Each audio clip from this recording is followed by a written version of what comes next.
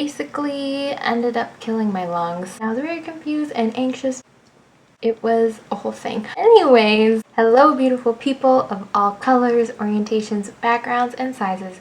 Welcome back to Adventures of Geek.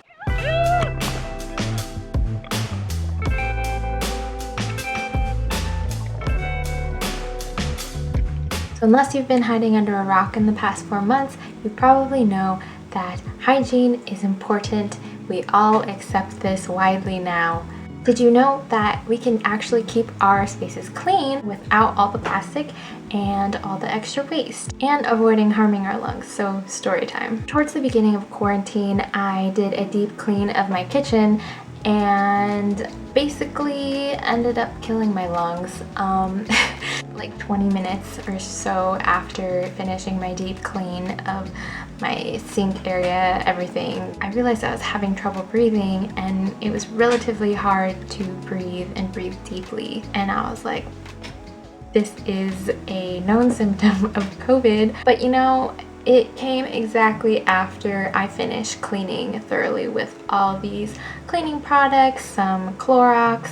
So I was like, I had to go to the doctors for something else. Part of the screening is they ask you, do you have this symptom, this symptom, this symptom, all related to COVID? Because they explicitly asked me, I had to say, yes, I've been experiencing shortness of breath, but it's because I was using these cleaning chemicals and whatnot. I go to the doctor and they basically gave me the whole COVID-19 PPE down gear, and they were under the impression that I wanted to go in to get screened for COVID when that was not the case, and I was very confused and anxious because of this whole experience, especially because after I told them what I think the cause of this was, they gave me a very stern lecture about how I need to have an open space with windows open in my cleaning area, but that wasn't really a possibility with how my apartment's set up. Anyways, it was a whole thing. But moral of the story is fumes are bad for you from these cleaning products, especially if you have allergies or other health conditions and that you really need to have an open space and open air when you're cleaning. So yeah, rule of thumb, anything that's not really found in our normal air isn't that great for you to get in your lungs. Also, anything that makes you cough isn't great, but this I didn't even notice until later, so you never know. And to all the Karens out there who are against wearing masks during this time in a global pandemic, just know that CO2, the carbon dioxide gas that we expel as waste product, is found in our atmosphere normally. So it is okay to breathe in at low levels, aka mask wearing levels, so keep wearing those masks. So today I am going to show you some easy, all-natural cleaners that you can make yourself to avoid this problem, and we can repurpose our food waste in the process. Bonus, we're also going to upcycle some clothes that can be used as rags for cleaning. So let's get into it. So first, all you're going to need is an old t-shirt that you don't really use anymore, has holes maybe like this one from 4 years ago, and some scissors. And cutting this into a rectangle is pretty straightforward. I shouldn't need to explain it too much, but you can cut under the logo to avoid that and get a clean rectangular area to work with.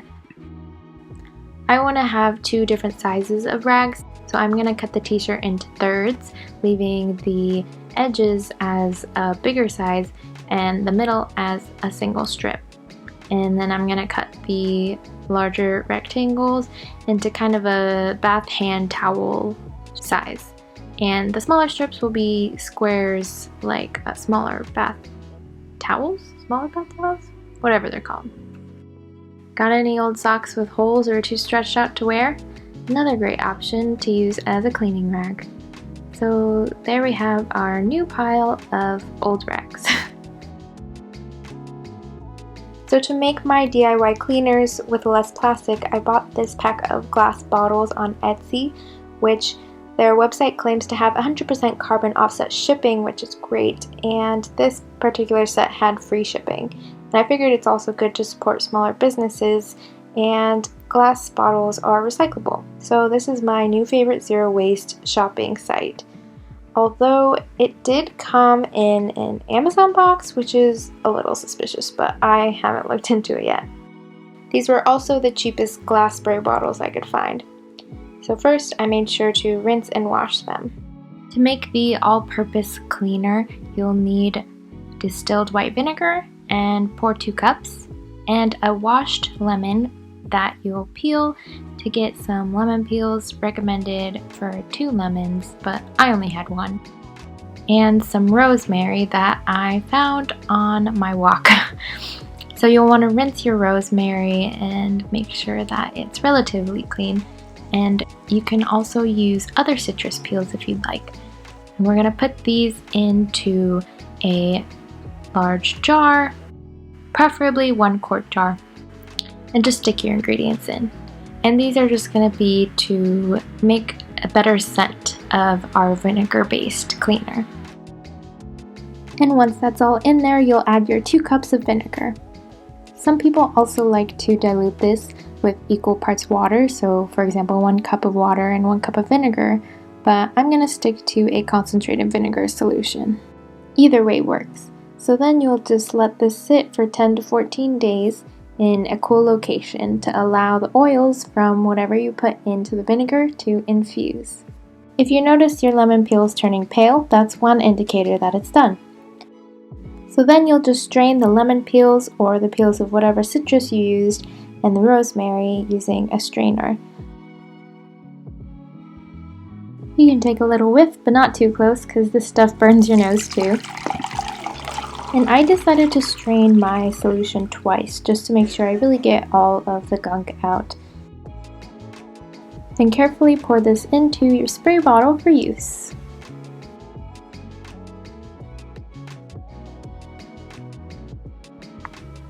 Another option besides infusing with peels is to add essential oil drops. Here I'm going to use sweet orange, which you can also just add to the infused vinegar mixture.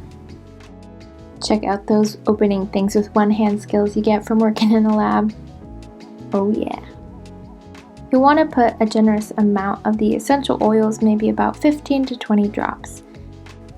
The aromatics in these essential oils do break down, especially with sunlight, and so you might see people putting these kinds of scented solutions in amber or dark bottles, but you can also just store the spray bottle in a dark, cool place.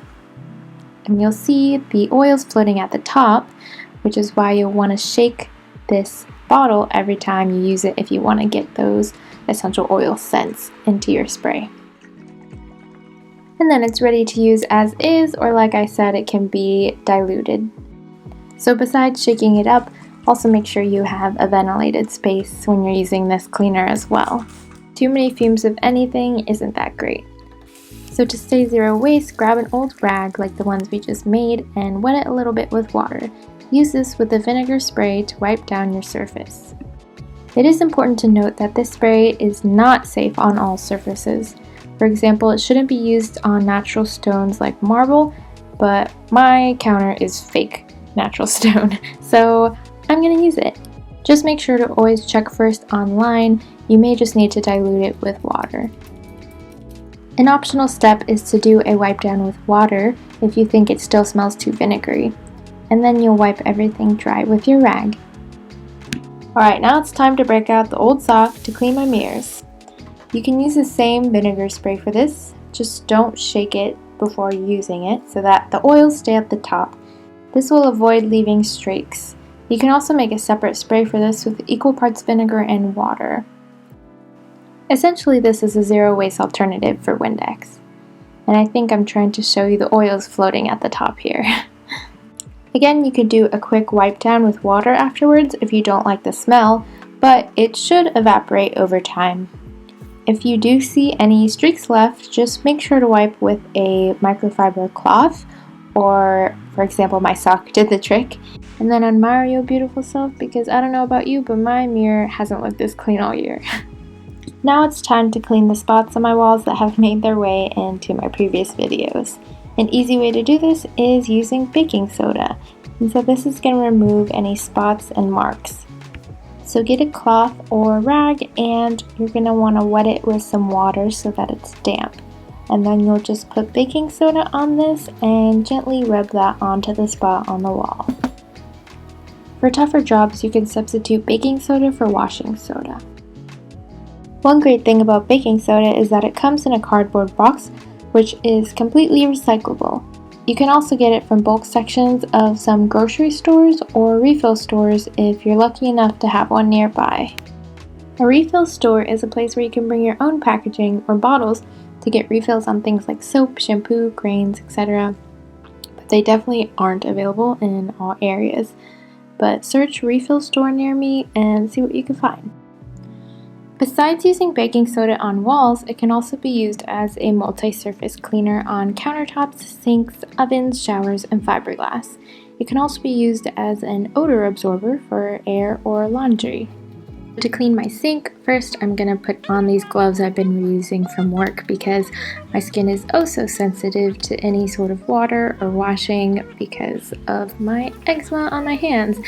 And I'm going to reuse the cloth from washing the wall and just make sure it's all rinsed out.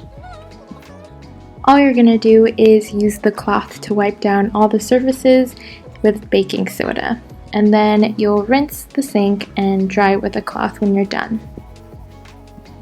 I'm not a pro, to reiterate. I don't know everything about zero waste or natural products. I'm always learning something new, and I encourage you all to try to do the same rather than believing anything you hear or staying in ignorance. And make sure your sources are reliable, which is an important skill to practice in general. There are actually no regulations on using the terms natural and non-toxic on product labels, and no rules about which ingredients qualify as green. This often leads to the huge problem of greenwashing, or making products seem more environmentally friendly than they are to get people to buy them. So how can you know if your products are safe? Some ways are to look for the Environmental Protection Agency's, or EPA's, Safer Choice Seal, which designates products with less toxic ingredients. Or you can look for the green checkmark from the independent nonprofit organization Green Seal that certifies their 27 health and environmental safety standards. But the most affordable and accessible solution is to know what's going into your cleaners by making DIY versions such as these. Baking soda and vinegar are pretty safe at the levels that we're using here.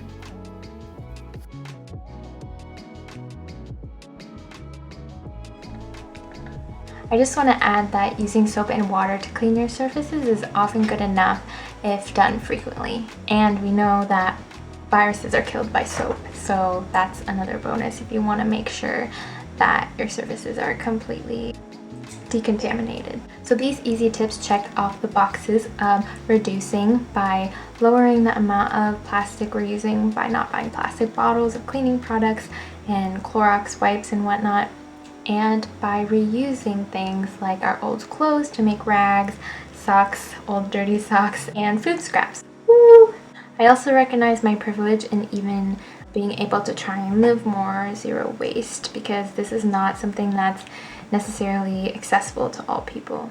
And because of that, I try and summarize information for you guys to make it a little bit easier, because companies really don't make it easy for us to opt out of plastic or single-use options, unfortunately. I also try to provide cheap options to try and help bridge the gap between this being seen as a rich white person hobby where you just buy alternatives that might be more expensive to a lifestyle that anyone can adapt to, because the state of our environment really affects everyone, and unfortunately climate change negatively affects some communities more than others, so we can all do our part. Well, I hope you enjoyed watching me clean my apartment, and if you like this video, give it a like and subscribe for more like this.